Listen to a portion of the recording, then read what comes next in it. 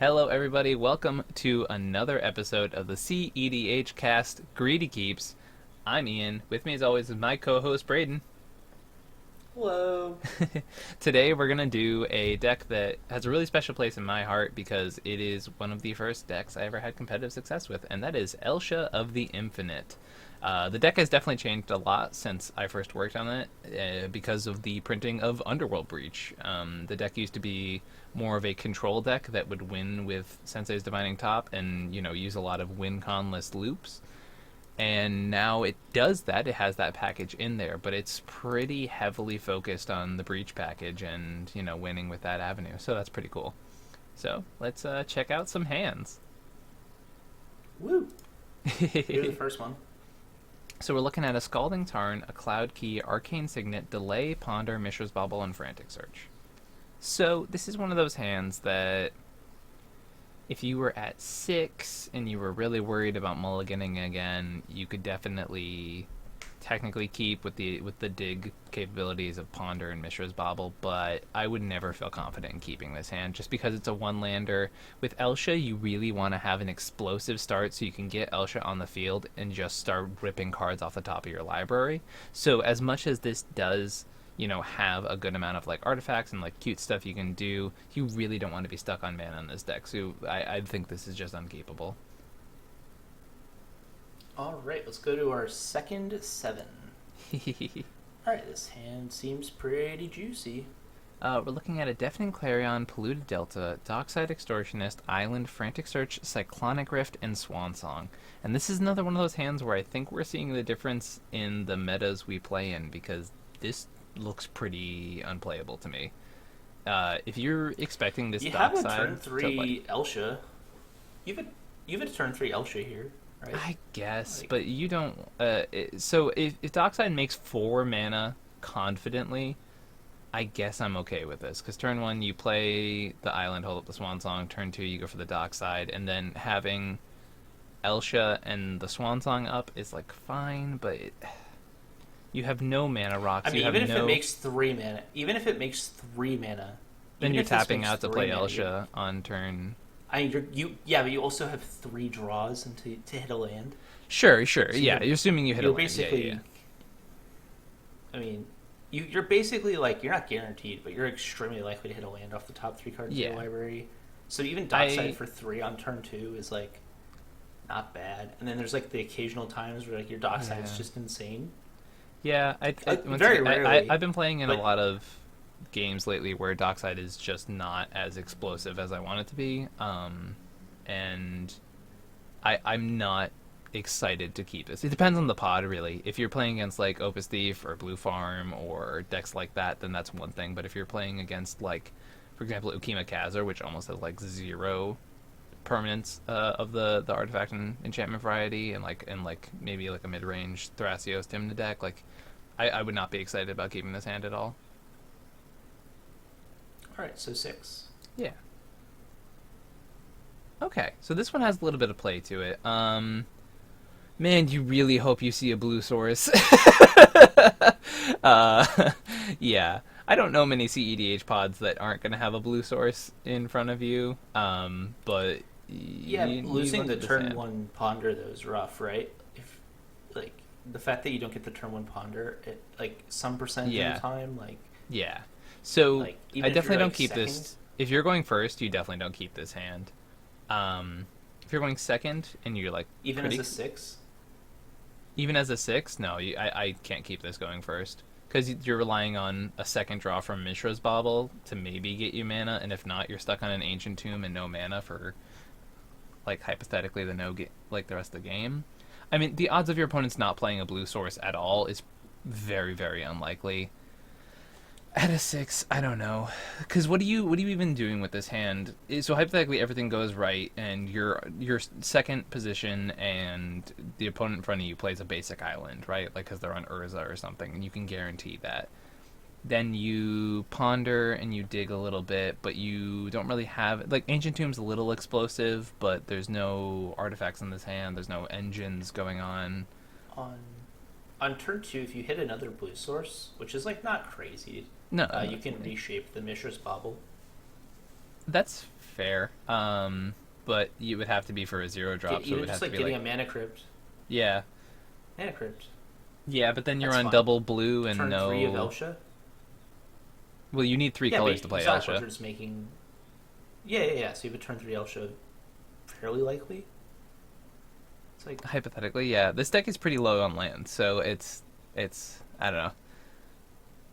Yeah, I was ripping that off the top. I don't know. I'm actually pretty confident going to 5 here. all right. Oh, oops. Oops. Okay. This is I mean, for a pretty five, bad too, right? yeah, for a 5, this could be a lot worse. So I think you definitely bottom the Pact Negation because that's just not a card for most of the game you're playing, and probably the Grape Shot and keep 3 lands and the Grape Scroll Shot. Rack and Fabricate. Yeah, and then just see what happens. I think this is worse than the last hand. I think this is Yeah, it worse is. than the last It's hand. it's a worse 5. Yeah, I agree. But it's sometimes it's a risk you got to take. So I don't think there's anything wrong with Alright. keeping that 6. It depends really heavily on your pod composition, but that's what you got to do sometimes. So All right. Fresh 7. let's do a fresh 7. Yeah. Okay. This is Hmm. cute. There's some cuteness going on here. So having all your colors mana great. is nice. Having a board wipe and two of the same side of your top combo isn't really great. Get Probe obviously allows you to kind of redraw on turn 1. I'm pretty inclined to get rid of this hand though. It's not doing That's fair. anything competitive. Oof. All right. Man, we are this having one- rough luck with these. You know, you get the rips with Najila, and then Elsha the week after is just not getting anything. I think that's just Najila. I mean, like, think about how many Yeah. hands we've had so far where it would be, like, fine as Najila, right? Like, I guess, just, like, a yeah. turn 2 Dockside Najila is, like, pretty good. Yeah. Najila's just real. That's a strong suit of Najila. I mean, This is a pretty second bad. 7. I think you just go to 6. So sorry, it's a Silence, Guardianship, Mox Opal, Top, Mana Drain, Volcanic Island, and Cyclonic Rift. I would feel more comfortable going to a 6 where you can almost guarantee something as opposed to relying on Top and you're not doing anything.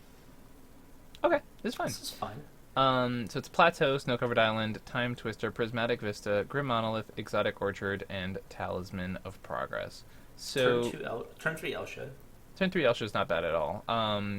You have a lot of early game, so ripping that off the top isn't really hard. You play a lot of lean cards because when you're playing Elsha out, you really rip a ton of cards off the top of your library because that's what the deck's meant to do. So assuming you'll hit some interaction or like decent cards in the first couple turns, not bad at all. What do you bottom here is the question. If you think later in the game you might go for a Blood Moon, you keep the Prismatic Vista on the island. I'm pretty... I feel like you just bottom the island and then Prismatic Vista for island, right? Like, That's fair. I don't know why you would do that and like open yourself up to getting Mind Sensor as opposed to just keeping the island itself. I mean, on turn 1. Like, on turn 1, you just... Yeah, I'm just saying it's okay. So you're paying a life to do something you can do for not. Yeah, but you get a card in the graveyard. You're a breach deck. That's, like, important. That's like, okay, sure. For breach purposes, yeah, that's fine. Okay. And then your talisman, if you do get Blood Moon, you have an island and a talisman at that point. Yeah. And that's, like... Yeah, you're in a Fine. pretty decent Blood Moon position if you keep at least the island or the Vista. So. Yeah. All right. So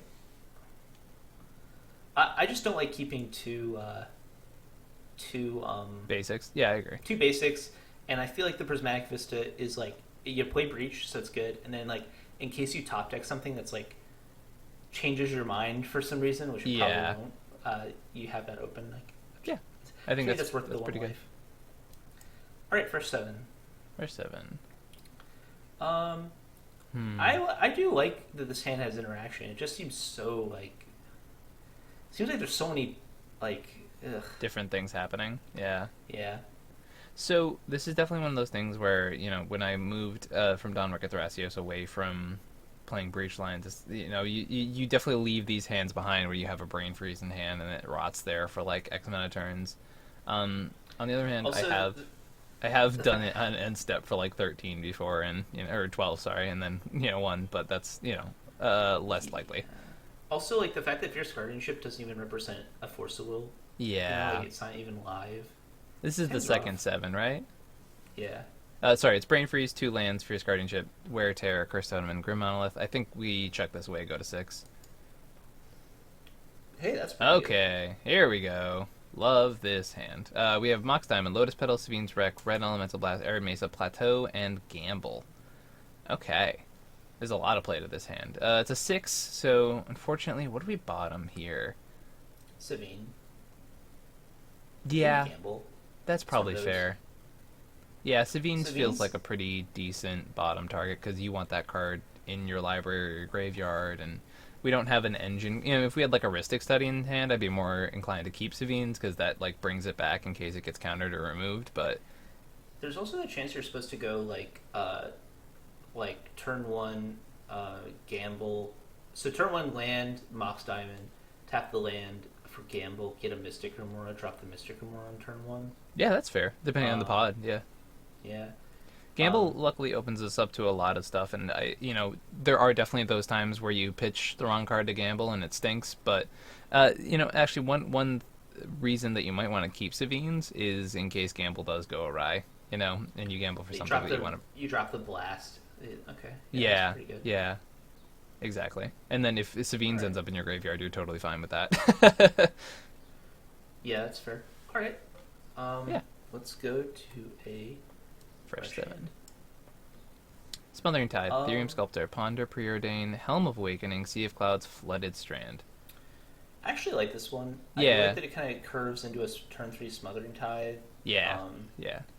It doesn't. I don't know if it's kind of. I guess it doesn't really do that, does it? So here's the deal with Helm of Awakening. You have to read the pod.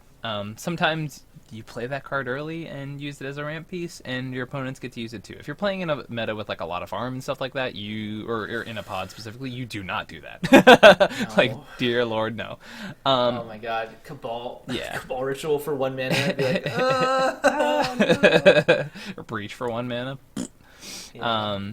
But this, luckily, I think Elsha is probably my favorite deck to ponder with in the early turns because there's so many 0 mana pieces that you can just be like, oh, I'm gonna rip into a Mox Opal and then have that on turn whatever, or you rip into like a lot of the fast mana because the deck really does try to jam a lot of stuff out pretty early. So I'm pretty happy here with being able to ponder turn 1. You have pieces of your engine, and as Braden mentioned, an early Smothering Tide is pretty backbreaking against a good amount of decks in our format. So having those options is really nice. Flooded Strand's there to fix your mana to get you the red sources. So I'm actually really inclined to keep this hand, which is it's an interesting one. All right. So it's just a 1-lander. I think we can pretty safely throw this away without having to talk about it. Yeah, I agree. Another one. All right, this is an interesting one. So it's a Mana Confluence, a Not Forgotten, which is a pet card of mine from my Boros days. Narset, Parter Veils, Mox Opal, Swansong, Brainstorm, Scalding Tarn. I like this hand a lot. Yeah, so I actually don't mind going end step Brainstorm, Yeah. fixing your hand, and then just playing the Tarn next turn and getting rid of anything you don't want. That Yeah, Mox there's- Opal could normally be dead if you don't draw any more artifacts, but now you can just ship it away with the Brainstorm. So I also like the idea of just like holding it up and then not casting it, and then going to your second main phase to be able to shuffle like Not Forgotten and Mox Opal or Not Forgotten Totally. and Narset. yeah, Just be like total full value yeah. Brainstorm, And I like that you can also keep up the Swan Song early. Like, just it's a lot of niche stuff for this hand. Now, Not Forgotten might seem like a weird card for people who don't play Elsha a lot, but it's actually a really good card specifically in this deck because, like we were talking about with Riel earlier, you need ways to be able to recur your Underworld Breach and a lot of cards that go into the graveyard, which Jeskai doesn't have like a regrowth. But because your commander allows you to play cards off the top of your library, you can actually basically regrowth them by not forgottening, putting them on top of your library, and casting them with Elsha. So there's a lot of really cute stuff you can do with that. All right, let's do a first 7. Yeah. All right. 1-lander. Another 1-lander. Gotta get it out of here. Yeah. All right, this one has a diverse set of things. Yeah. So So you it's all are in this hand, and actually in the one liner we just shipped away, you are seeing the differences between the main list and my list. I'm actually considering cutting a card to put another land into the deck. If you notice, we've been pretty heavy on one landers. Flash has his primer list down to 28 lands, which, if you look at like the average mana cost of the deck, it's like it makes sense, but at the same time, you get punished way more than you get rewarded by going that way. So I'm actually inclined to put a couple more lands into the deck, and we're actually down a fetch land, which is I don't mind just adding a Wooded Foothills in here and having the ability to shuffle with Elsha later in the game. Um, so that's something to note. You may notice these hands are a little light on lands. This hand, so as I was mentioning, the two main differences right now between this and the main list is that I'm playing See the Truth and Spellskite. And Spellskite has been amazing for me in this deck because Elsha is a pretty juicy Drake target. It's a pretty juicy target for removal. Your combos can be, because Spellskite is an artifact, it can absorb a lot of the removal that's meant for Sensei's Divining Top and your payoffs. So it's been really, really great in this deck, and I know it's one of 4 creatures actually in the main deck, and I think it's 100% worth its inclusion. It also gets reduced yeah, mana cost wise. it's pretty sick too. Like, I'm sure there are times where you're able to like use it to turn off certain removal spells. You Oh know, yeah, oh yeah, like a pyroblast or an abrade. right. Because interesting with the braid, you have to choose the mode, right? So like they're like, oh, I'm gonna hit the strength magistrate, and you're like, no, you'll deal No, damage. yeah, exactly. There's a lot. I've actually really enjoyed playing Spellskite lately. It's just a card that like people aren't used to playing against in cEDH, and it can really mess up the table. And if even using it for political reasons, like someone's trying to pop a stacks piece on the board that will allow them to win that turn, you can redirect it to Spellskite and save the whole table at times. So people forget about it too, which is kind of nice. So All right. this hand is So even a this was one, this 6? I think this is a second 7. This is second 7? Oh, well, this is the second 7. I'm very happy with this hand. Yeah, there's a lot of stuff to it. You can get Probe early on. You have Pyroblast as early interaction. I don't mind just playing the fair game, dropping a Spellskite, having that up. And then, if you don't draw anything interesting, you can Windfall it away.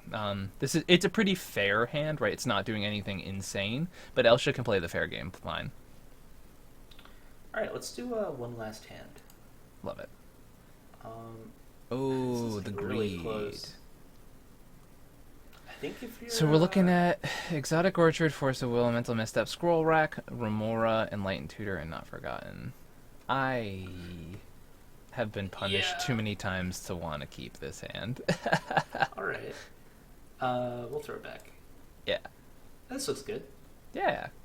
So you got 2 lands, a delay, a Swan Song, a reshape, a breach, and Narset Power Reveals. Seems fine. I don't think I keep this. So you Is it have two just, pieces.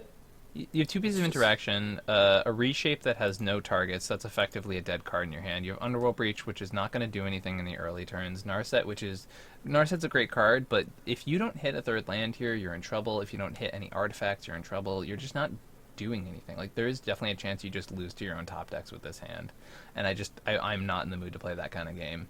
So all right, we'll see next one.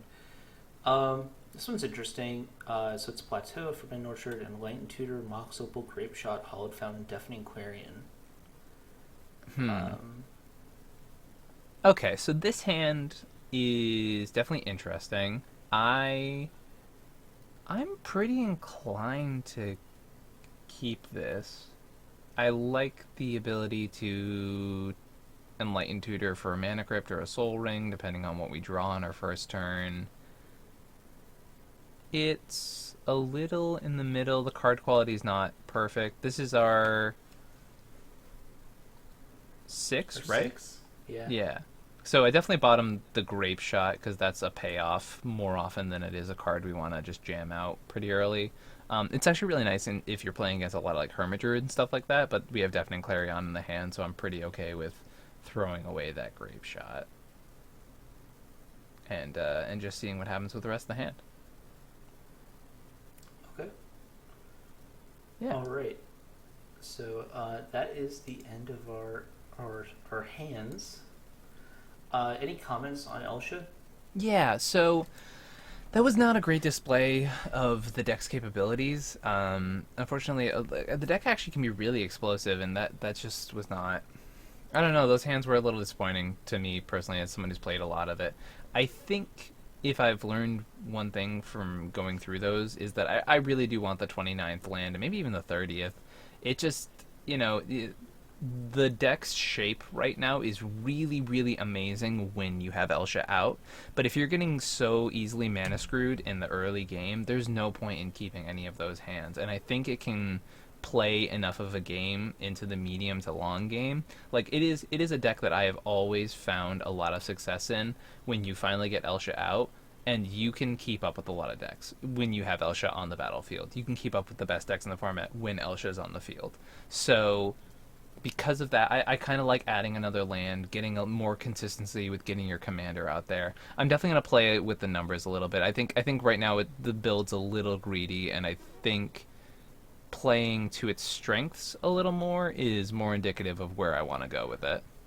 I think it should slow down a little bit, to be honest. I don't hate that either. Yeah, because I find that Turbo Breach is always like you are looking at the cards in your library and like, or sorry, in your graveyard, and you just want a little more. Whereas if you play the mid to long game and then you resolve a breach when the opportunity is correct, no one can stop that.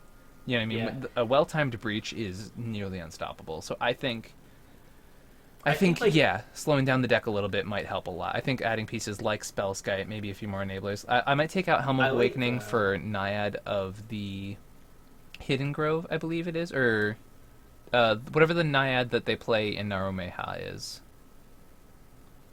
I don't know what you're talking about. It's the blue 3-drop enchantment creature that allows you to spells on your opponent's turns actually cost one less. So you can, you can the way Elsha works, because it gives stuff flash, you can actually win at instant speed really easily. So being able to not only have your counter spells cost less, but have them be able to, work in that way, and have your combo be able to be done on your opponent's turns in response to them like trying to win while people have used up all the interaction is really, really powerful. So I'm thinking about, like, as you said, moving the deck more towards that mid game, and taking less risks where it doesn't need to. Like, it's never going to be faster than an Adnaz deck, so I don't know why we would try that way, Mm-hmm. All right. If you enjoyed this episode, please drop a comment below. Tell us what you thought. There's going to be links to the deck list in the description, along with a TCG Player affiliate link, which will help out the show quite a bit if you're interested in picking up some of the cards from this list or in any other lists we've talked about. If you're interested in any other episodes of Greedy Keeps, we also have a playlist with all of our past episodes, including ones with Pongo and River for the Greedy Keeps with those. So anything you'd like to add, Ian? Yeah, Elsha is like a really good deck to, I think, get into the format on, or at least like learn a bit on, or sort of that midway step into getting into some of the more, like breach combos and things that can be a little more complex, playing interaction effectively. And it's not a tier 1 deck, but it is definitely a deck that can compete at most tables. So if you're finding, and it's accessible, which if you're on TCG Player buying those pieces, feel free to use that link below, as Braden just mentioned, because it's a deck that you can pick up pieces for over time, and it will it'll pay you off. And it's been a deck that I've really enjoyed playing, and I find that people don't know how to play against it nearly as well as they do some of the top tier decks in the format. So you will definitely take a lot of wins by knowing your deck well and piloting it in a way that can surprise people. As I said, I've won with Underworld Breach being cast off the top of my library at instant speed in response to someone else's win. So you can definitely, it's a fun deck, and you can do a lot of cute tricks like that. So, all right. Have a wonderful day. Thanks. Bye. Thanks.